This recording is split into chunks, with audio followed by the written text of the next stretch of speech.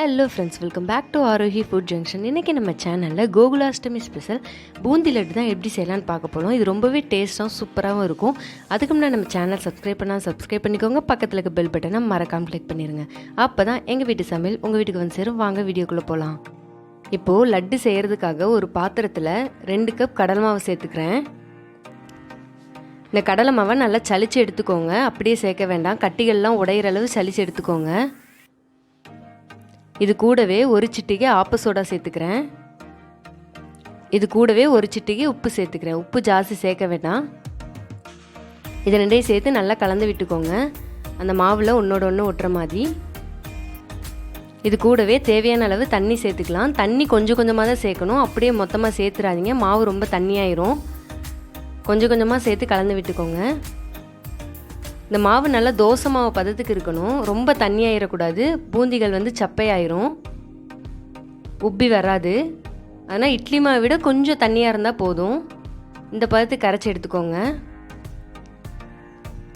தோசை மாவு பதம்னு சொல்லுவோம் இல்லையா, அந்த பத்தியில் 1/2 லிட்டர் எண்ணெய் நல்லா சூடு பண்ணி வச்சுருக்கேன்.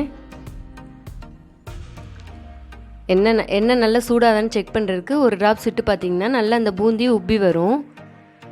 எண்ணெய் நல்லா சூடானது தான் அந்த பூந்தியை பொரிக்கணும்.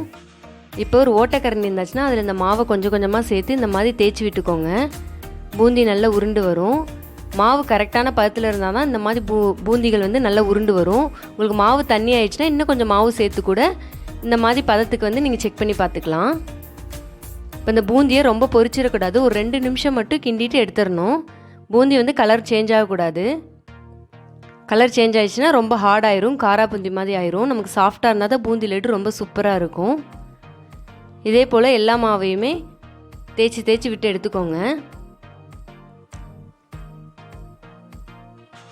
இந்த மாவு கரெக்டான பதத்தில் இருந்தால் தான் அந்த பூந்திகள் நல்லா உப்பி வரும்.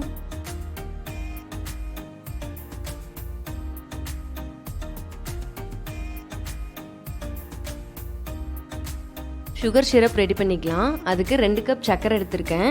2 கப் கடலை மாவுக்கு 2 கப் சர்க்கரை, இதுதான் மெஷர்மெண்ட். உங்களுக்கு 1 கிலோ 2 கிலோ அளவு செய்கிறீங்கன்னா அந்த அளவே அப்படியே டபுள் ஆக்கிக்கோங்க.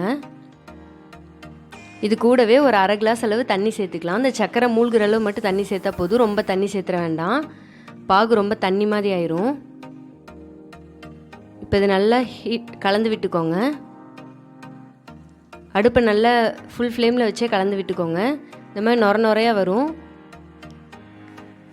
இந்த பாகு ஒரு கம்பி பதம் வந்த உடனே ஸ்டவ் ஆஃப் பண்ணிடணும். இப்போ செக் பண்ணி பார்க்கலாம், இன்னும் கம்பி பதம் வரல, உடையுது, இன்னும் கொஞ்சம் டைம் ஆகும். நல்லா கலந்து விட்டுக்கோங்க. இப்போ செக் பண்ணி பார்த்தா ஒரு கம்பி பதம் வந்திருக்கு, தெரியுதா உங்களுக்கு?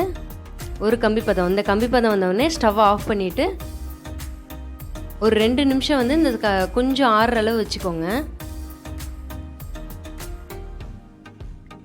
கொஞ்சம் ஆறுனதும் நம்ம பொரிச்சு வச்சுருக்க பூந்திகளை சேர்த்து நல்லா ஊற விட்டுக்கலாம். பாகு ரொம்ப ஆறிடக்கூடாது, பூந்திக்குள்ளே அந்த சுகர்லாம் இறங்காது.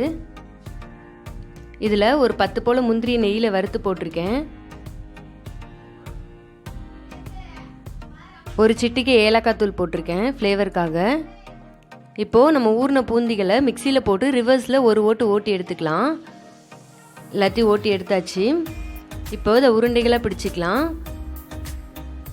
உங்களுக்கு இது கொஞ்சம் லிக்விடாக இருக்க மாதிரி தான் இருக்கும், கொஞ்சம் ஆறுனதும் சரியாக போயிடும். இப்போ சூடாக இருக்கனால உங்களுக்கு லிக்விடாக இருக்க மாதிரி இருக்குது. இதே போல் எல்லா உருளையும் பிரித்து எடுத்துக்கலாம்.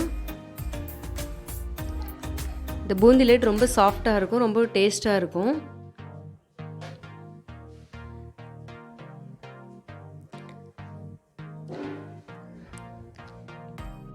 அவ்வளோதான் ஃப்ரெண்ட்ஸ், நம்ம பூந்தி லட்டு சூப்பராக ரெடி ஆயிடுச்சு. இந்த ரெசிபியை கண்டிப்பாக வீட்டில் நீங்கள் ட்ரை பண்ணிவிட்டு எப்படி இருக்குன்னு கமெண்ட்ஸை சொல்லுங்கள். தேங்க்யூ ஃபார் வாட்சிங்.